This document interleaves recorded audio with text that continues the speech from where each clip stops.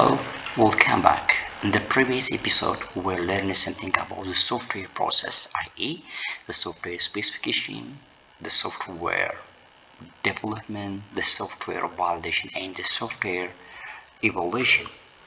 This process will be aligned with the software development life cycles. So, in the previous day class, we will discuss such and the rest of the software engineering disciplines. For the time being, let's discuss about what the software process model is. The software process model simply is an abstract representation of the software process and the software development process, or we can say it is a simplified representation of the software process. It describes the process that are done to achieve a software development.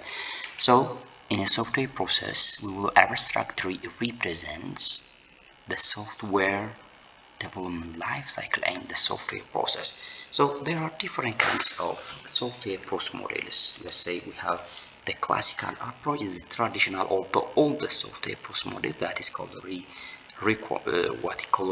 waterfall model. We have the agile methodology, the V model, the spiral, the DevOps, the RAD, and the incremental models. Not only this, there are a lot of models. You can access the web, or you can read various books, so you can get various software process models. To mention a few, we have the Bing Bang, the component-based software engineering model, the prototyping model, and so on. Build and fix model. There are a lot of models which segmented by different scholars. For the time being, we have to stick here. We have to discuss these models one by one.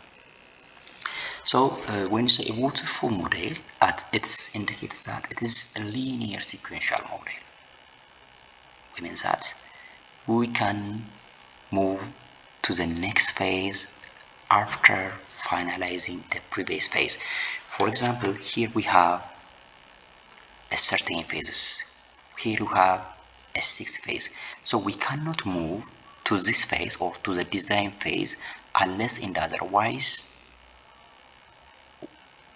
or we cannot move to this phase before completing the requirement phase. We have to plan to complete the requirement phase first. Then next we have the design phase, to the development, testing, deployment, and so on. So a waterfall model, as the name indicates, it seems like the flow of water. It contains the four software process activities. For example, here, this phase, we're talking about the requirement determination. That means already it is a software specification. It's a software specification. These two phases deal with about the software structure design and the programming. So this is all called what you call development. This phase or the testing is talking about the verification. That means it is a validation phase. It's a validation process. So this too is talking about a software evaluation. So as we said before, the software process model contains or represents both the software process and the software development life. Abstractly mean that. So each phase has related with the software process. Each software development life cycle related with a certain software process activities. So you can imagine the rest of the software process models will contain both the SDLC and the software process activities. So in the waterfall model, each phase cascade each other, or it cascade from one phase to the another. So it is a plan-driven process. In principle, development must be and plan, schedule all of the activity before start working. In the other way, we never become here, or we never design the software structure before completing the requirements, and so on. We cannot build the software, we cannot write a program before finalizing the software design. It's better to finalize the software design. It's better to know the software structure. It's better to understand the interaction between different software structures unless in otherwise we cannot move forward here. It's better to design the algorithm of each component. It's better to design every component, unless in otherwise we cannot start here. That means we cannot change the system into executable one, unless in otherwise will remain here. So development is already will begin after finalizing the designing. Testing is after finalized development, and so on. So in a traditional software development, we will follow a sequential linear activity. That means we will finalize the previous phase before starting the new or the next phase. So this is the concept related with the traditional phase. The other one, we have the incremental phase, that is incremental model. Here there are different concurrent activities. For example, specification, development, and validation will be done concurrently by different system building teams. For example, if we have 3 teams, we have, for example, we have builder 1, we have builder 3, we have builder 4. Builder 3. So each team will then these activities in parallel. Maybe there is also an incremental. So this team maybe will do this. Yeah, this maybe will do this. This will be this. So these activities can be done parallelly and concurrently in the interleaved fashion. The other thing, there are a lot of versions. So maybe we'll have version 1. The next we will increment to versions 2, then it will increment to version 3, then version 4, up to what we have version 8. So this is versions are incremental versions. Before, first of all, we have the version 1, so we'll produce this prototype and expose to the user, or there is an initial implementation of this product. The user will use this product continuously. So they will expose, they will provide their comment, and the system developers what they will do, already refining it through many versions until adequate system being developed. So for example, we come here at the first version, we move here, and look here we have the first version, so we release the first version. Then again we move to what, the second version. So the second version already it follows just like this. See, it follows just like so. Such kinds of software process model is an incremental model, i.e. there is an initial implementation exposing this to the user comment. So the user provide different feedbacks and comments after using the first version. Then the system developer having those comments will refining so many versions until adequate system will have been developed. So the user again will use version 2, they will provide their feedback, then the system developer will incorporate these feedbacks and again improve the previous version to the version 3, and so the system developer will do this, or in the other case we can represent this as we here. For example, the builder 1 or system developer 1 will design and develop. That means there is a requirement here, we have a software specification here. Then having this specification, there are different activities, or there are different kinds of system requirements, or there is also different functional requirements. So each thing will build a single requirement, or will build one requirement. For example, this team will build a certain requirement, the other team will build the other system requirement. So a number of n teams will build a various requirement at the same time. So this is parallel, so this is an interleaved fashion. So we can say this is an incremental software process model. So this is the main characteristics of an incremental software process model. The other thing, we have the spiral model. The spiral model already have 4 fundamental sectors. The first one, we have to set the objective, and we'll assess risks, and we'll reduce the risk, and we'll also develop and validate the software. We have also planning.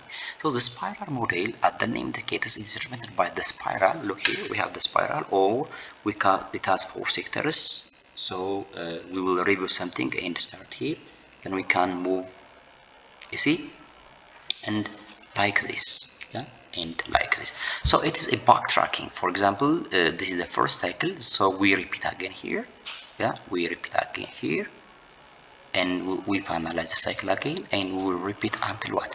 Until we get the dedicated or the expected service from the developers. So in this model, software processes are a sequence of activities through backtracking. We'll review, we'll check the previous tasks, and there is a loop. Each loop represents phases of software process. For example, here we have a lot of risk assessments or risk analyses, and we have here a lot of prototypes. Prototype 1 in the first backtracking, we have the second prototype. From the second backtracking, we have the third prototype from the third backtracking, and finally we have the operational softwares. So we have to do a spiral model. Is we have to backtrack each phase. It has 4 phases. These are 4 phases of spiral. Yeah, 4 phases of spiral. So always there is a backtracking, repeating each phases until we get the expected software product. So such kind of model is also called the backtracking model. The other one, we have the agile model. If you want to produce a software in a short period of time, and if you need also a collaboration work, agile is the best. So in agile development methodology, both the incremental and iterative development methods will be combined together to produce a software product. There are a lot of iterations. See, there are a lot of iterations until we find the software product. Each iteration will have a working software product. Each iteration will have the working software product. Let's say we have P1 here, a software product, then we have P2 here, we have P3 here, we have P4 here. So in each iteration, sorry, this is a PM, in each iteration there is a working software product. So each software product is increments of the other. Yeah, P1 or product is an incremental version of P2. The P3 is an or product is an incremental version of product 3, and so on. So in this case, in agile method, we can combine both incremental and iterative development method. So the incrementals are small and typically new release of the system are created. So always there is a product. For example, have product 1, product 2, product 3 up to product n. Each product is the increments of the previous version. So we can say this is an iterative process. At the same time, it is an incremental process. Don't forget that for each iterations there is a working software product. So the other thing, in agile, customers are involved in the software development process. So in general, when conclude, agile focus on product process adaptability and customer satisfaction by rapid developing the working software products. For example, this is an iteration. We have 3 iteration. After the 3 iteration, the software product may release to the customer. So each iteration will have the working software products. The other thing, agile has its own manifestos or principles. It's manifesto. So there is individual and interaction over process and tools. So there is more interaction between the individual. So there is interaction is one of the main manifesto of the agile methodology. The other thing, working software over comprehensive documentation. If you look at the waterfall model, most of the time there is documentation of the process, but in agile, since there are a lot of iterations, in each iteration there is a working software product. So every time there is a working product, or because we will move from one iteration to the other iteration until we accept it. The final software, so working software over comprehensive documentation is already one of the principles of the agile or the manifesto of the agile development methodology, development models. So customer collaboration over contract negotiation. So in here we can say the customer will involve in a software process, in a software building activities, rather than work with agree with making a contract with the system developer. So requirements can be gathered anytime. So requirement cannot gathered in the beginning of the project, so requirement can be gathered anytime. The user may have any requirements, so maybe for example the user have a certain requirements in iteration 1, but later on they want to add, they want to incorporate a certain requirements in iteration 2. It's possible. We can incorporate the requirements of the user here because the users are collaborate with the system developers. So continuous customer interaction very important to get proper product requirements. It has a room for the agile methodology, has the room to incorporate new requirements whenever the user raise their requirements, because there are a lot of iterations. The other thing, the agile manifesto is mean that responding to changes overflowing the project plans. Here the agile will not follow a certain rich software project plan, rather than it is responding for the change that occur anytime. So agile development is focused on quick response to change and continuous development. So these are the principles of the agile methodology. When we use an agile, so agile can be applicable when frequent changes are required. If there is a more changes are required, then we will apply an agile methodology. When a highly qualified and experienced team is available, when the customer is ready to have a meeting with a software team all the time, when the process is very small. Agile method is also best for frequent delivery, face-to-face communication with the clients, efficient design, and fulfill the business requirements. Anytime changes are acceptable, it reduces the total development time. For example, if you incorporate any new requirements from the waterfall model, you have to finalize first the project, unless and otherwise we cannot back again to the previous stage. Because only in agile methodology simply, so in waterfall methodology we move forward as a sequential manner, These are the principles of agile, meeting the user, or these are simply agile has 14 principles. You can reach by pausing the video. These are the 14 principles of the 2 principles of agile methodology. The other thing is we have the development and operation methodology. We call it DevOps. A DevOps is, it has 2 teams, the development team and the operational team. The development team will design the development part of the software, that means planning, coding, building, testing, and the operational team will do the operational tasks for the software and vice versa. So the development team will handle the release software and deploy it, making it operational, and it will monitor them. Then if there is some change, if the software is some change, they will communicate with the developer team. So the developer team will plan based on the previous parts or the monitoring phases. In principle, DevOps will automate the software development life cycles. It will automate the release, building, testing, and it is minimize the manual tasks. There is collaboration and communication between the teams, continuous improvement and minimization of wastes, and hyper focus on user needs with short feedback loops. So this is what we have in DevOps. The other thing, we have the rapid application development. In rapid application development, based on the prototyping and iterative development, so there is a prototyping and at the same time there is an iterative development, no specific planning involved. So RAD focus on gathering customer requirements through workshop or focus group, early testing of the prototype by the customer using iterative concepts, reuse the existing prototypes and components. It's a continuous integration and rapid delivery.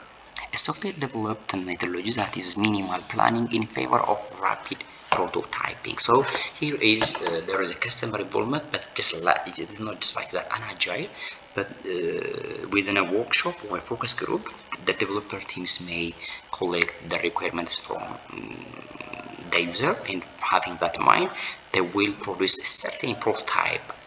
Yeah, they will provide a certain prototype and in an iterative way.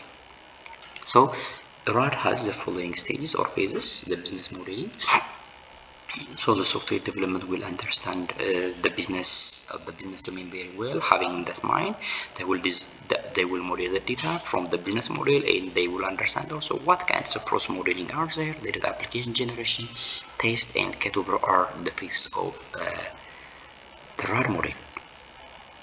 The other thing, we have the V model. The V model simply is verification and validation. So it is an extension as a waterfall model. As you know, waterfall model is a linear sequential model, but when we extend, or it is extend from the waterfall model, so this model is execution of process happens in sequential manner in V shape. So it's also known as verification and validation model. It is an extension of the waterfall model. So there are testing phase. Testing phase were connected or corresponding to the development phase. So there are two phases here. The first phase is or the verification phase, that is defining the requirements, system designing, architectural designing, and modeling are some or few tasks of the V model. The other one, we have already the validation phase already. Unit testing, integrity testing, and system testing and acceptance testing are already the validation phases. But here the coding is, it is a junction. It joins, it corresponds this phase with this phase. So this is a little bit all about software process models. Please like, share for extra concepts of software engineering. Thank you very much for your time.